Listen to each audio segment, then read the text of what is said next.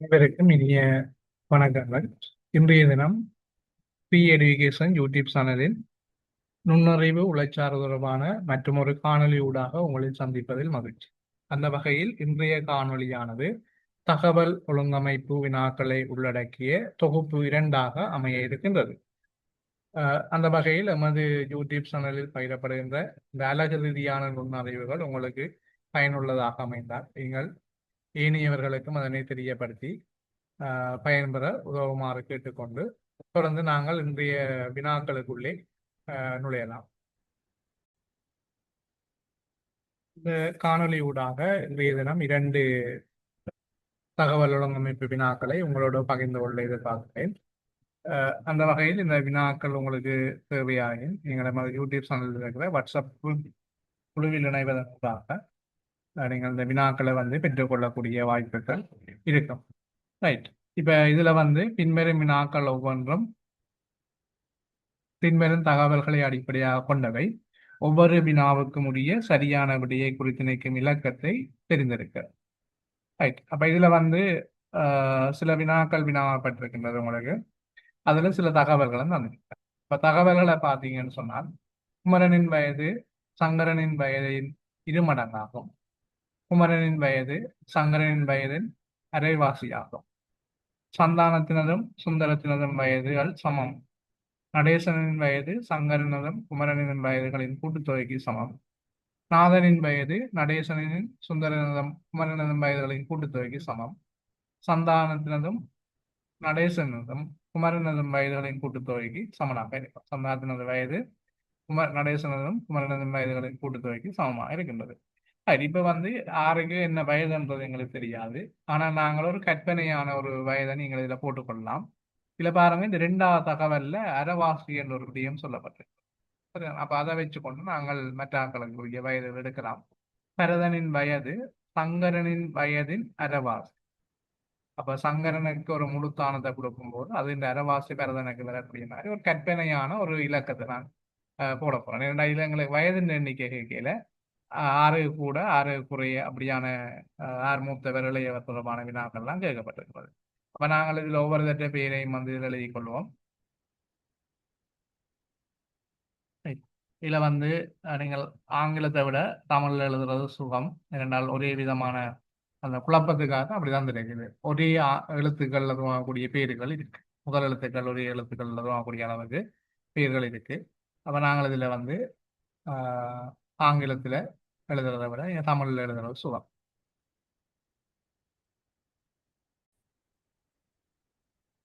இதுல நான் இப்போ ஒவ்வொருவருடைய முதல் எழுத்துக்களையும் நான் இதில் எழுதியிருக்கிறேன்.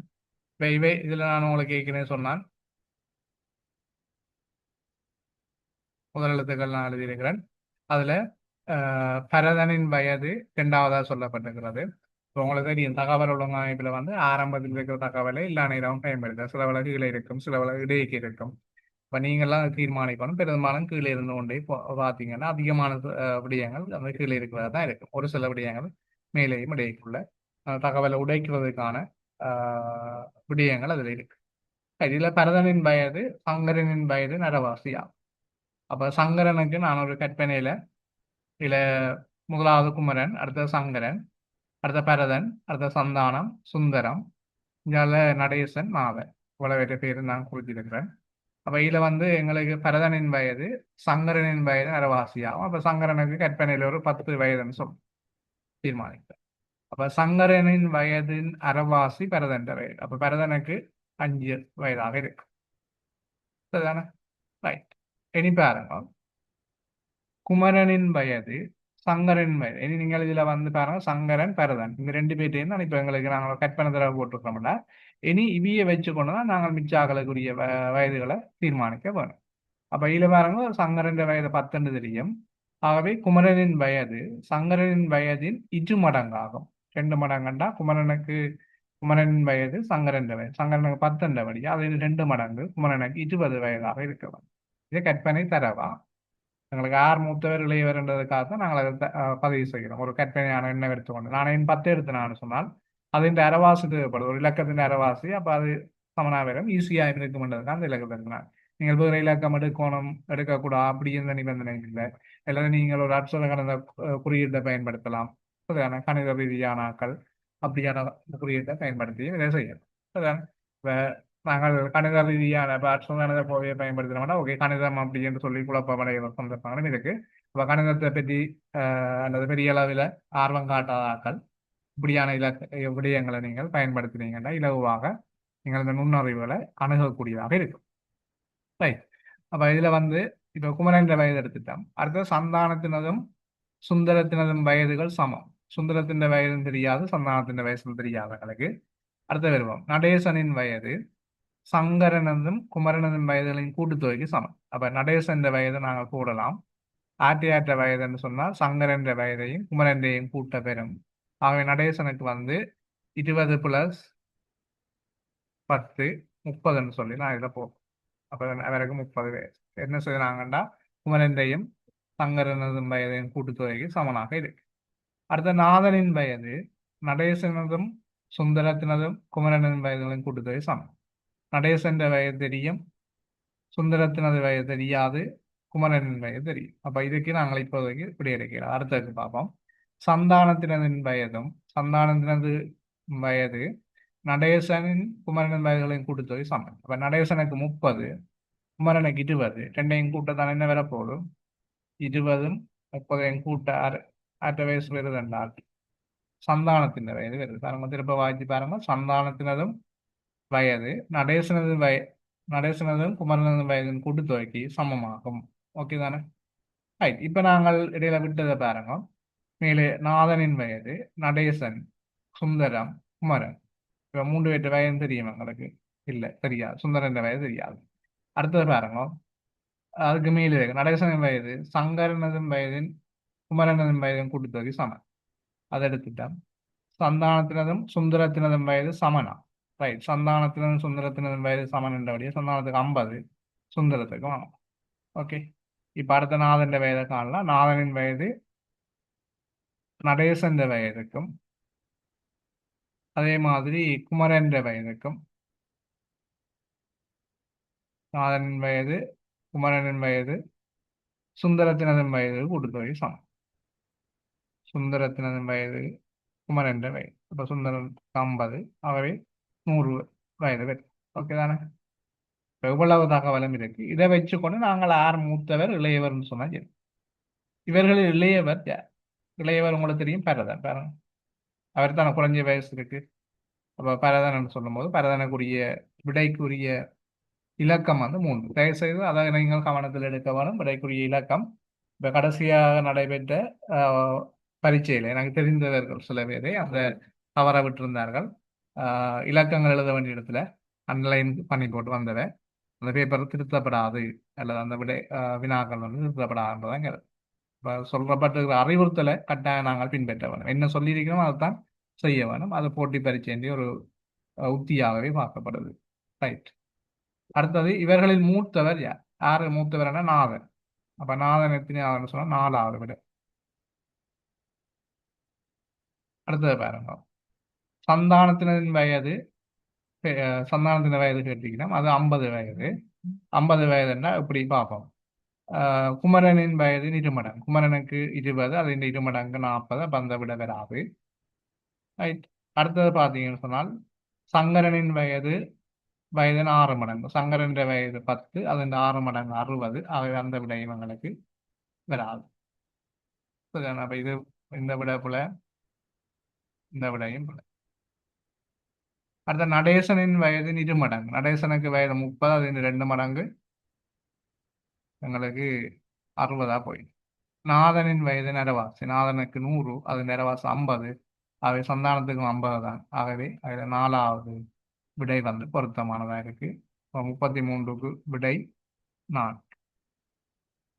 அடுத்தது பாருங்க. மூவரினதும் வயதுகளின் கூட்டுத்தொகை நாதனின் வயதுகளுக்கு சமன். நாதனுக்கு 100 தானே. அப்ப ஆறாற்ற வரணும்டா இது உங்களுக்கு தெரியும். குமரன், சுந்தரத்தின், நாதன் இந்த 3 பேரையும் கூட்டணும். சரிதானே? அல்லது சந்தானத்தின், குமரன், சாரி நடேசன் முதல் மாறி சொல்லியிருக்கிறேன். കുമരന്റെ സുന്ദരത്തിന്റെ നടേശന്റെയും കൂട്ടണം அல்லது കുമരന്റെ സന്താനത്തിന്റെ നടേശനെയും കൂട്ടാൻ നാഥന്റെ വേദയ്ക്ക് സമமாக இருக்கு. அப்ப இதுல வரும் குமரன் பெறவேணும், சந்தானம் பெறணும். அப்ப முதலாவது விடையில சந்தானம் இல்லாதபடி அந்த விடப்புல.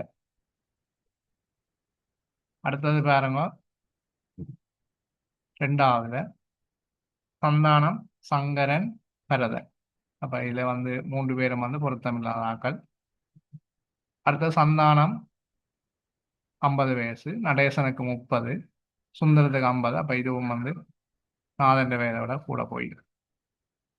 அடுத்தது பாருங்க, குமரனுக்கு 20, நடேசனுக்கு 30, சந்தானத்துக்கு 50. ஆகவே ரெண்டையும் சேர்த்தா 100 வயது. ஆகவே இந்த 4வது விட பொருத்தமாக இருக்கு. சரிதானே? ரைட். அப்போ வயதுகளின் அளவு கேட்காதபடியே நாங்கள் இப்படி ஒரு கற்பனை தரவை போட்டு கண்டுபிடிச்சிருக்கோம். அவ்வளோதான் விஷயம். வயதின் அளவு கேட்டால் நாங்கள் அதுக்கு சமன்பாடோ ஏதாவது உத்திகளை பயன்படுத்த வேண்டி இருக்கு. ரைட். எவ்விரு வருடதும் வயதுகளின் கூட்டுத்தொகை கூட்டுத்தொகையின் இருமடங்கானது நடேசனின் வயதுக்கு சமம். நடேசன் வயது என்ன? 30. அப்ப 2 பேர்ட்ட வயதை கூட்டி அதை 2ஆல பெருக்க வரும். அப்போ வேறங்க இல்லை, சங்கரண்டையும் பரதண்டையும் கூட்ட 15 பேரும், 15 2ஆல பெருக்கினா 30 பேரும். வேற யாக்களுக்கு வாய்ப்பு இருக்கா? இல்லை. அப்ப இது சங்கரன் பரதன் ஆகிய 2 பேர்ட்ட 2 மடங்கு வந்து நடேசன் பேர் முதலாவது. சரிதானே? ரைட். அப்ப இது பூரணமாக இது விளங்கி இருக்குமென்னு நம்புறேன். ரைட். நாங்கள் இதோட அடுத்த வினாவையும் பார்ப்போம். ரைட். அடுத்த வினாவை பொறுத்தவரையில இது வந்து பின்வரும் வினாக்கள் ABCDE என்ற 5 குடும்பங்களில் உள்ள ஆண் மற்றும் பெண் உறுப்பினர்கள் தொடர்பான தகவல்கள் கீழே தர அடிப்படையாக கொண்டிருக்குது.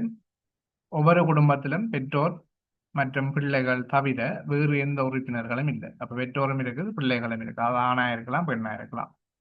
அடுத்த பெற்றோருடைய தாய் மட்டும் உள்ள ஒரு குடும்பம் இருக்குது, தந்தை மட்டும் உள்ள ஒரு குடும்பம் இருக்கான். தந்தை மட்டும் உள்ள ஒரு குடும்பம் மட்டுமே உள்ளன. ஏபி என்ற 2 குடும்பங்களின் மொத்த உறுப்பினர்களின் எண்ணிக்கை 13 ஆகும். அதில் 5 பேர் மகள்மார் ஆவர். அவ்வாறே அந்த 2 குடும்பங்களிலும் பெற்றோர் இருவரும் உள்ளனர். அடுத்தது அதிக குடும்ப உறுப்பினர் காணப்படுவது ஏ என்ற குடும்பத்தில் ஆகும். அடுத்தது சி என்ற குடும்பத்திலே 3 உறுப்பினர்களும், டி என்ற குடும்பத்திலே 5 உறுப்பினர்களும், இ என்ற குடும்பத்திலே 3 உறுப்பினர்களும் உள்ளனர். ஒரு குடும்பத்தில் தாயும் மகளும் மகனும் மட்டும் இருப்பதோடு மற்றொரு குடும்பத்தில் தந்தையும் 2 மகள்மார் மட்டுமே உள்ளனர். மற்ற ஏனைய குடும்பங்களிலும் மகளை போன்ற மகனும் உள்ளனர். 5 குடும்பங்களிலும் உள்ள மகள்மாரின் மொத்த எண்ணிக்கை 9 ஆகும். சி டி குடும்பங்களில் மகள்மார் 3 உள்ளனர். இத்தகவல்களுக்கு ஏற்ப கீழே உள்ள வினாக்களுக்கு விடை தரட்டுமா? சரிதானே? ரைட். இப்ப இதுல வந்து நாங்கள் எப்படி இதுக்கு நாங்கள் விடை எடுப்போம்னு பார்ப்போம். இப்ப எங்களுக்கு தந்திருக்கிற குடும்பங்கள் வந்து 4 குடும்பம் இருக்கு. ஏபிசின்னு சொல்லி 4 குடும்பங்கள் இருக்கு. அதில் பார்த்தீங்கன்னு சொன்னால் குடும்பம் ஏ, குடும்பம் பி, குடும்பம் சி, இ என்று சொல்லி 4 குடும்பங்கள் இருக்கு. ரைட். இப்போ இந்த குடும்பத்தில் பெற்றோர் இருக்கணும், மகனும் மகளும் இருக்கணும். ஆகவே நாங்கள் அதை அடிப்படையாக வச்சுக்கொண்டு நாங்கள் இதில் ரைட். நான் இதில் பார்த்தீங்கன்னு சொன்னால் தந்தை, தாய், மகன், மகள் என்று சொல்லி 4 பேரையும் இதை குறிச்சிருக்கிறேன். இப்போ நாங்கள் இதில் சொல்லியிருக்கிற விடயத்தை வருவோம். சரியான நீங்கள் ஒரே தடவையிலே கேள்வி வாசிக்கும் போது விடைய வேணும். உண்மையில நாங்கள் திரும்ப கேள்வி வாசிக்கிறது டைமும் இருக்காது. ரைட். இப்போ ஒவ்வொரு குடும்பத்திலும் பிள்ளைகள் பெற்றோர் இருக்கணுமாம். பெற்றோருடைய தாய் மட்டும் உள்ள குடும்பங்கள் என்று சொல்லியிருக்கிறோம். ஏபி என்ற 2 குடும்பங்களின் மொத்த உறுப்பினர்கள் வந்து 13 பேர். இப்போ ஏஏம் பிஏம் கூட்ட வாரது 13 பேர் ஆகுது. சரியான? ரைட். அப்போ இதில் 13 பேர் ஏக்கும் பிக்கும் போடுகிறோம்.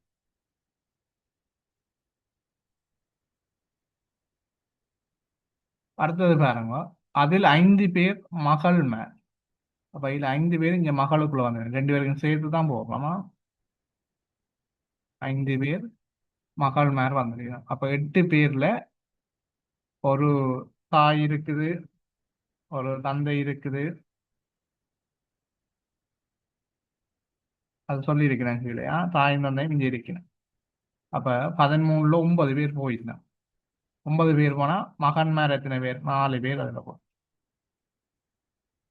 பாருங்க, மொத்தம் 13 பேர். சரிதானே? இப்ப அந்த ஏல எத்தனை மகன் எத்தனை மகள்ன்றது எங்களுக்கு தெரியாது. அதே மாதிரி பியில எத்தனை மகன் எத்தனை மகள்ன்றது தெரியாது. அதுக்கு கீழே கடைசியா இருக்க தகவல் வச்சுன்னு பார்ப்போம். இப்ப ஏபி இந்த குடும்பம் சரி.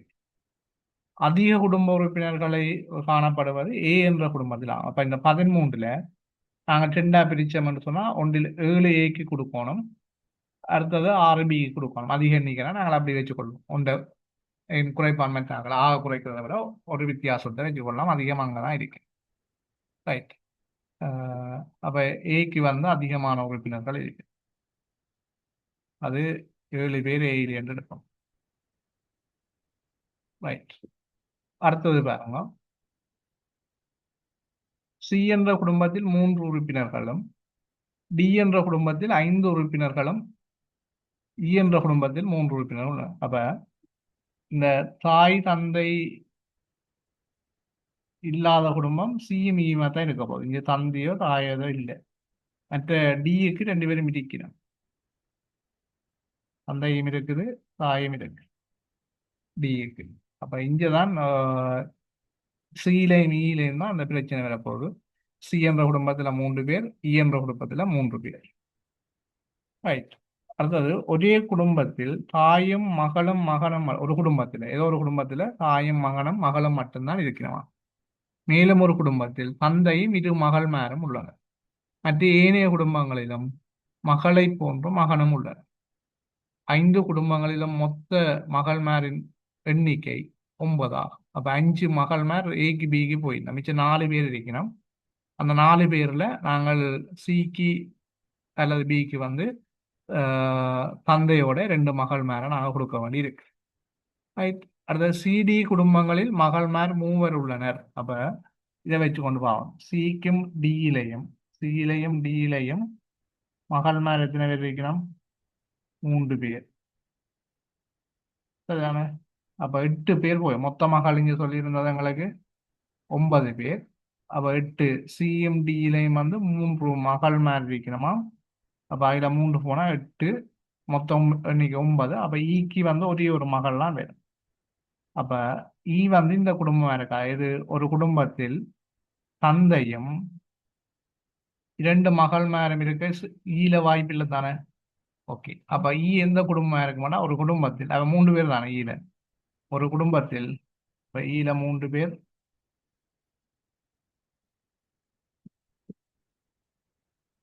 அது மாதிரி இங்க சியிலையும் 3 பேர் தான்.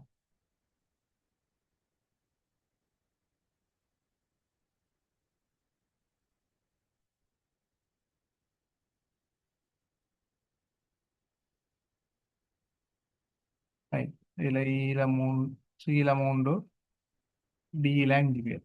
இப்போ மொத்தம் இப்ப எங்களுக்கு மொத்தம் எத்தனை குடும்பம் அங்க திரண்டு வந்துச்சு? சரிதானே? 8 3 11, அங்க 13, 24 பேர் மொத்தம். மொத்த குடும்பம் 24 இருக்கு.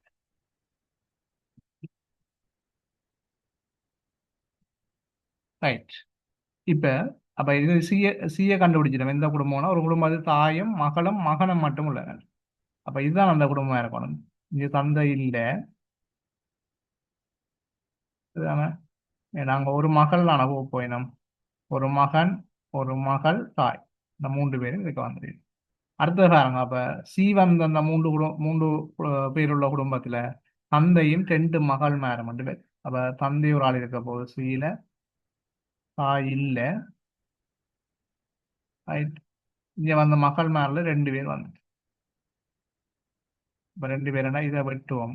அப்ப இதுல சிக்குரிய டிக்குரிய மகளும் ஒன்று. சரிதானே?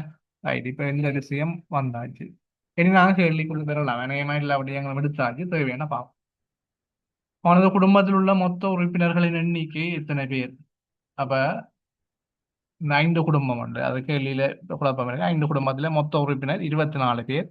அவை இரண்டாவது விடை பொருத்தமானதா இருக்கு. அடுத்தது பாருங்க. மூன்று பெண் உறுப்பினர்கள் காணப்படும் குடும்பம் இது. மூன்று பெண் உறுப்பினர்கள் பாருங்க, சி வராது, டி வராது. ஆஹ் ஏன்னா சியில தந்தையும் இருக்கு, ரெண்டு மகனும். டியில தாயும் மகளும் ஒரு ஆள். அடுத்த ஈல தாயொண்டு மகள் ஒன்று, ரெண்டு பேர். அப்ப இங்க கூட வர போதண்டா, இப்ப நாங்கள் இதுல ஏதான் அதிகமான எண்ணிக்கையை கொண்டுள்ள ஆக்கள் இருக்கணும்.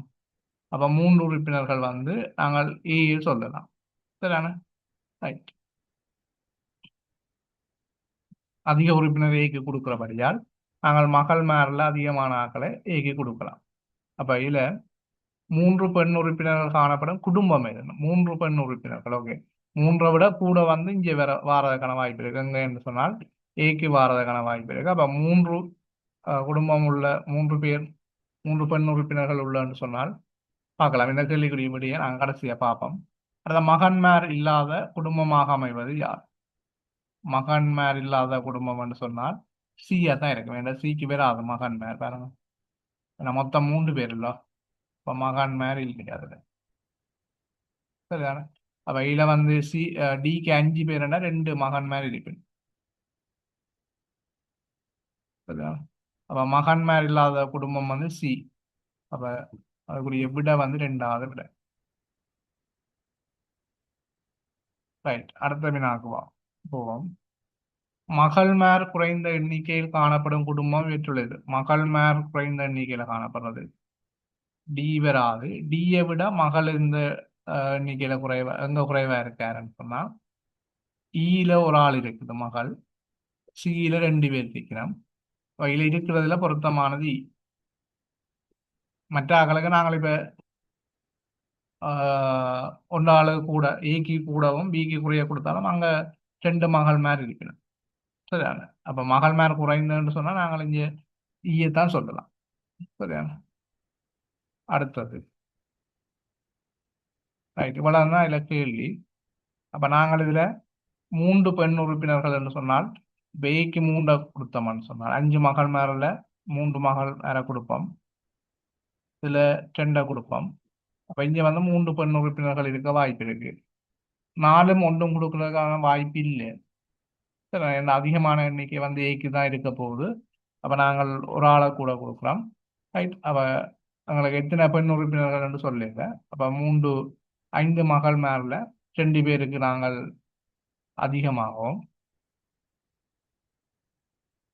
பிக்கு வந்து ரெண்டு பேரை கொடுப்போம், ஏக்கு வந்து மூன்று பேரை கொடுப்போம். அவையில பொருத்தமா வரக்கூடியன்னு சொன்னால் என்ற ஏக்கு வந்து நாங்கள் மூன்று பெண் உறுப்பினர்களை விட கூட கொடுக்கறதான வாய்ப்புகள் இருக்காங்க. சரியா? அப்ப அதால நாங்கள் பிஏ தான் இதுல பொருத்தமானபடியாக இருப்போம். ரெண்டாவது வந்து பொருத்தமாக. சரியா? நினைக்கிறேன் உங்களுக்கு இது ஒரு பூரணமான தெளிவை கிடைச்சிருக்குன்னு நினைக்கிறேன். உங்களுக்கு இந்த காணொளி பிடிச்சிருந்தா நீங்கள் இணையர்களுக்கும் பகிர்ந்து கொள்ளுங்க. தொடர்ந்து நமது யூடியூப் சேனலுக்கான ஆதரவினை உங்களிடமிருந்து எதிர்பார்க்கிறோம். நன்றி, வணக்கம். மற்றும் ஒரு காணொளியில உங்களோட சந்திப்போம்.